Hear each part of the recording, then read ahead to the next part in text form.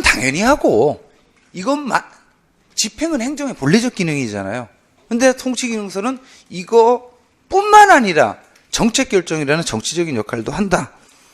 그 다음에 이제 행정행태설. 행태설은 반드시 뭐가 나와요? 이렇게 행정행태설은 이 표현 뭐 작년에도 시험 문제 나왔던데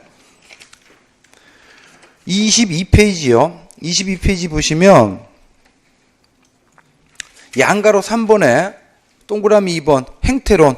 자, 기획번. 행정의 정책 결정 기능은 인정해요. 그러니까 이제 앞서 통치기능설에서 행정의 정책 결정 기능을 인정했죠. 그래서 행정의 정책 결정 기능을 인정한다는 점에서는 기존의 정치행정 이원론과 구별된다. 그럼 기존의 정치행정 이원론이 뭘 말해요? 행정관리론. 우드로 윌슨의 정치행정 이원론. 우드로 윌슨의 정치행정 이원론은 정책 결정으로부터의 분리를 얘기했죠. 정당 정치로부터의 분리. 그래서 이런 측면에서는 구별되나 정책 결정 기능 내에서 가치와 사실의 구분. 왜 가치와 사실의 구분을 강조하죠? 실증주의니까. 그런 다음에 행정은 가치 판단이 배제된 사실 판단의 문제에만 국한돼야 된다. 이런 측면에서는 또 이제 정치 행정 이원론과 유사하다는 얘기지. 그래서 이제 새로운 이원론.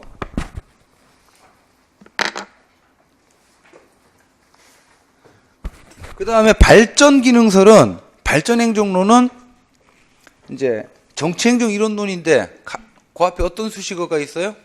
행정 우위적 정치 행정. 그러면 자 행정 우위적 이론론이 있으면 반대적 대비되는 표현 정치 우위적 이론론이 있겠죠. 정치 우위적 이론론이 뭘 뜻해요? 30년대 통치 기능설이죠. 그러니까 이제 여러분 이제 그 대의제 민주주의의 기본에 따를 때, 대의제 원리에 따를 때 이제 행정은 입법에 종속이 돼야 되죠.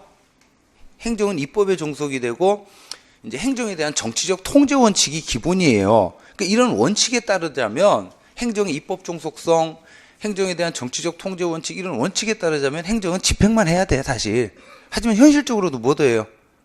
결정까지도 하고 있죠. 하지만 누가 우위에 있어요? 정치가 입법부가 우위에 있는 거지. 대의제니까. 근데 이제 발전 행정론은 이제 비민주적인 독재 국가에서 나타나는 기형적인 행정 시스템이다 보니까 누가 우위에 있게 돼요? 이제 행정이 우위에 있게 되는 좀 기형적인 행태. 여러분들 19세기 국가관을 입법 국가라 그러고 20세기 국가관을 행정 국가라 그러죠.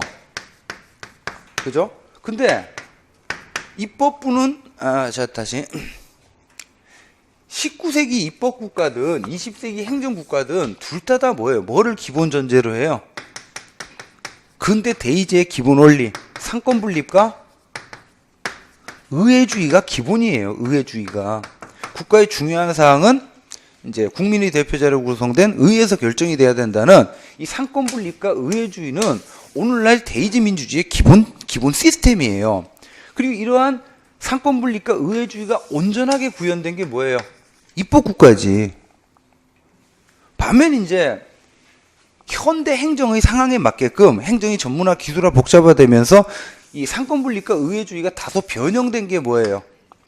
행정국가지. 그래서 이제 입법, 행정, 사법 가운데 행정권이 상대적인 우위를 점하는, 그렇다고 해서 의회주의가 붕괴된 거예요? 아니죠. 여전히 의회주의는 살아있지.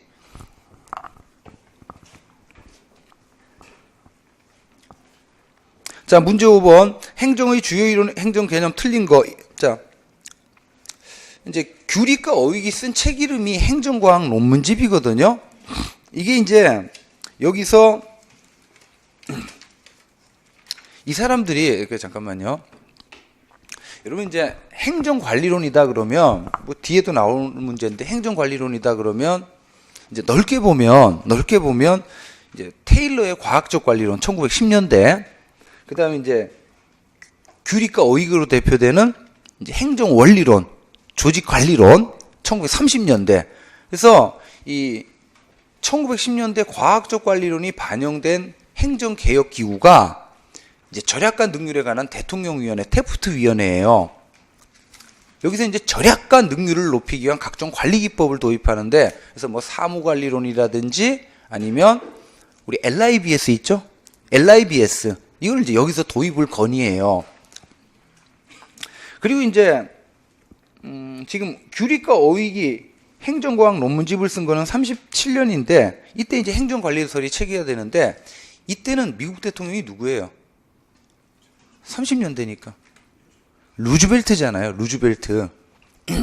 루즈벨트. 그래서 이제 이때 지금 그 대공황을 극복해야 되고 2차 세계대전이라는 위기가 나왔죠. 그러면 이제 행정에 또는 대통령의 적극적인 리더십이 필요하죠.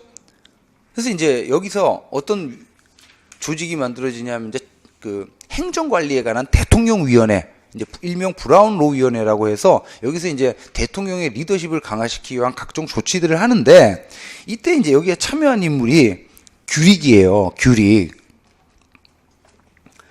그래서 근데 이제 이 문장은 잠깐 보세요. 행정관리설은 뉴딜 정책과 함께, 여기까지는 맞지만 행정의 적극적인 정책 역할을 강조한 건 아니죠. 이게 이제 지금까지의 19세기 말 우드로 윌슨 이래로 이제 구축된 고전파 행정학을 집대성했다는 거지. 물론 이 시기에 뭐가 나와요? 이런 맥락에서 통치기능설이 나오지. 통치기능설은 디모과 애플비가 나와야지. 그러니까 다시 시기적으로 맞아떨어진다 뿐이지, 규칙과 어휘은 고전파 정통행정학이에요. 그리고 이제 이 19세기 말 우드로 윌슨 이래로 막 이렇게 발달한 이 고전파 정통행정학을 이 시기에 이제 이 규칙과 어휘에 체계화시켰죠. 완성이 됐지, 완성이. 물론 요 같은 시점에 통치기능설이 나옵니다. 하지만 통치기능설은 이제 규칙과 어휘를 언급하면 안 되죠. 디모과 애플비 이렇게 나와야죠. 그래서 행정의 적극적인 정책 역할은 통치기능설 얘기예요. 그래서 2번 보시면 이제 행정은 정치와 상호보완 관계에서 집행뿐만 아니라 통치기능에 해당한 정책 결정 기능. 뭐 3번 행태설에서는 아까 이렇게 개념 정의한다 그랬죠? 이제 합리적 의사결정을 위한 인간의 협동행위 사이몬. 뭐 4번은 또 나왔었고. 자, 6번 보수주의자들이 이제 파악하는 정부 정책의 지향. 이거는 뭐 시험 문제 여러 번 나왔었고 또 나올 가능성도 있어요. 19페이지.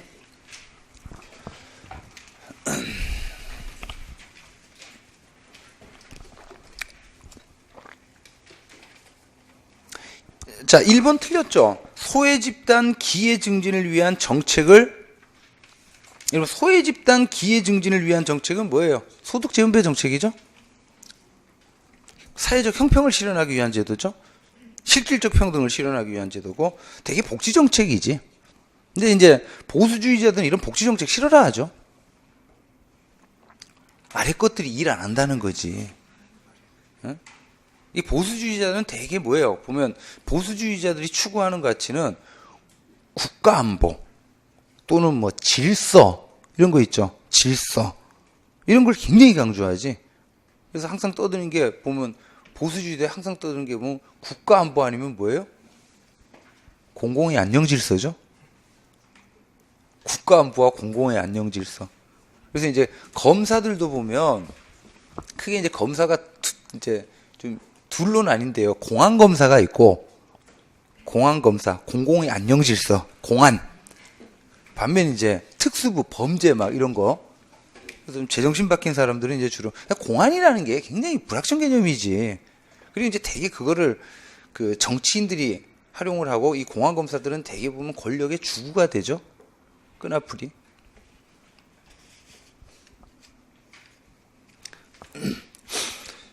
자, 그리고 이제 이 보수주의자들은 자, 세금 되기 싫어라 해요.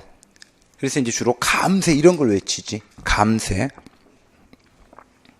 지금 여러분 우리나라 지금 정권 자체가 그 상대적으로 보면 보수당이죠.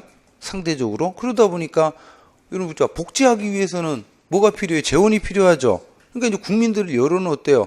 아유, 너무 불안하니까 증세를 하더라도 복지 정책을 늘려라 이렇게 하는데 이제 박근혜 대통령 공약에서 뭘 외쳤어요? 증세 없는 복지. 그게 가능합니까? 그래서 그 주로 이제 감세 정책, 특히 감세를 표방했던 게 레이거노믹스죠. 레이거노믹스.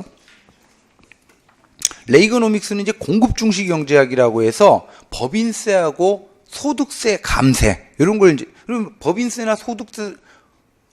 소득세를 감세해주면 법인세 감세하게 되면 기업 활력이 살아나죠. 또 이제 소득세를 감세해주면 근로의욕이 살아나죠. 그래서